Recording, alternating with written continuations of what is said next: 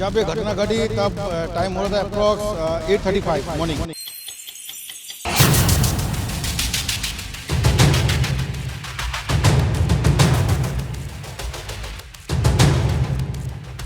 Kanchenjunga express है, ये पीछे यहाँ पे खड़ा था और पीछे से एक मालगाड़ी आके उसको ठोक दिया। यहाँ का जो लोकल पब्लिक है बहुत हेल्प की है। पैसेंजर के ऊपर चढ़ी मालगाड़ी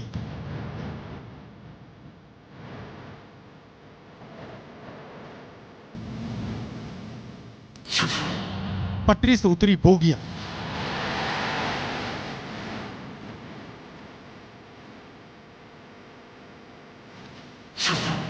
ट्रेन में फंसे यात्री,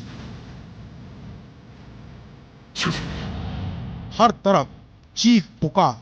हादसे की ये तस्वीरें बताने के लिए काफी है कि दो ट्रेनों के बीच की ये टक्कर कितनी भीषण हुई होगी। सोमवार की सुबह जब देश ने आंखें खोली तो दार्जिलिंग की तस्वीरों को देखकर हर किसी का दिल दहल उठा। दरअसल अगरतला से सियालदा जा रही कंचनजंगा एक्सप्रेस को पीछे से एक मालगाड़ी ने टक्कर मार दी, जिसमें कई लोगों की मौत हो गई। हादसा इतना भयानक था कि ट्रेन के परखच्चे उड़ गए, ट्रेन की कई बोगियां तहस नहस हो गई। जो यात्री जहां था वहीं फंस गया। राहत बचाव का काम जब तक शुरू हो पाता तब तक कई यात्री फंसी बोगियों में ही दम तोड़ चुके थे। अधिकारियों का कहना है कि ट्रेन के लोको पायलट ने सिग्नल को नजरअंदाज कर दिया और भयानक हादसा हो गया।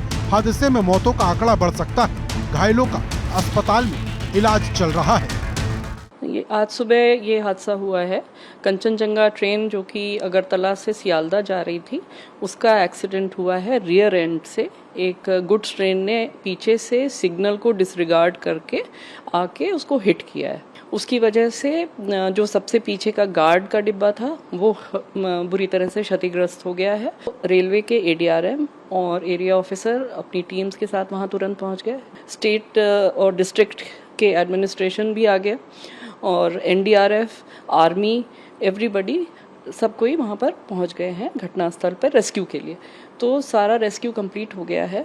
अनफॉर्चुनेटली ये खबर है कि करीब 5 लोगों की जानें गई हैं। The preliminary information which we have is कि Kanchenjunga was hit from the rear by a goods train, and why it happened is a question which will only be available after the detailed investigation is completed, but this is what we have, the preliminary information of how the accident happened. Darjeeling में train हादसा हुआ और गूंज दिल्ली तक सुनाई दी। विपक्ष ने सरकार को घेरना शुरू कर दिया और पूछा, रेल मंत्री नैतिकता के आधार पर आखिर इस्तीफा कब तक देंगे?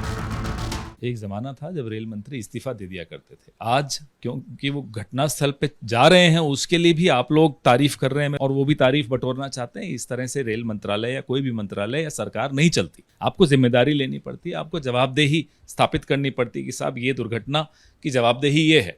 और लगातार दुर्घटनाएं हो रही हैं। कोरमंडल एक्सप्रेस अभी भूले थोड़े ही हैं लोग। के बाद एक इतनी दुर्घटनाएं हुई हैं, किसी ने जिम्मेदारी ली है। अब रील बना बना के आप रेल मंत्री बन रहे हैं, तो आप रेल मंत्री नहीं हैं, आप रेल मंत्री हैं। पहले तो उन्हें ये याद दिलाया जाए। ये रेल मंत्रालय बढ़े हुए बोझ को संभाल नहीं पा रहा है। रेल मंत्री जी नैतिकता के नाते इस्तीफा दो। सच्चाई तो ये है कि आपके रेल विभाग के महकमे के चलते हुए उनकी लापरवाही से, उनकी गैर जिम्मेदाराना ढंग से जिस तरह चलाया जा रहा है उसका नतीजा है। प्रश्न ये है कि नैतिक दायित्व लेगा कौन इन रेल दुर्घटनाओं का? क्या रेल मंत्री जी लेंगे? क्या प्रधानमंत्री जी लेंगे? मेरा प्रधानमंत्री जी और रेल मंत्री जी से दोनों से गुजारिश है कि रेल दुर्घटनाएं और रेल की पूरी व्यवस्था चौपट हो गई है, चरमरा गई है। एक इंस्टीट्यूशन पूरे का पूरा खतरे में है। आपसे निवेदन है कि अपनी नैतिक जिम्मेदारी लीजिए और अपने पद से तुरंत इस्तीफा दीजिए। इधर विपक्ष के आरोपों के बीच रेल मंत्री अश्विनी वैष्णव खुद घटनास्थल पर पहुंचे, हालात का जायजा लिया और हादसे में घायल यात्रियों से मुलाकात भी की।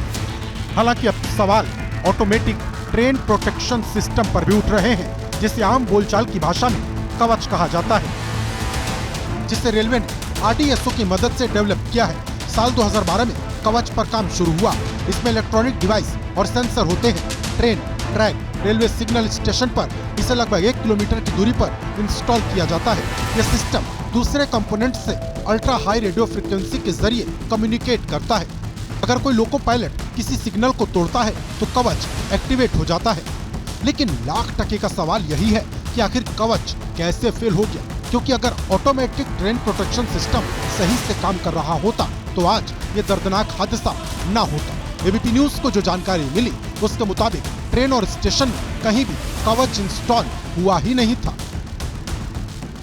बहरहाल ट्रेन हादसे में मरने वालों का आंकड़ा और बढ़ सकता है। हादसे में जान गंवाने वाले यात्रियों के परिजनों को 10-10 लाख रुपए, गंभीर रूप से घायलों को 2.5 लाख रुपए, तो मामूली रूप से घायल होने वालों को 50-50 हजार रुपए की सहायता राशि देने का ऐलान हुआ है। प्रधानमंत्री राष्ट्रीय राहत कोष से भी मृतकों के परिजनों को 2-2 लाख रुपए का मुआवजा देने की घोषणा की गई।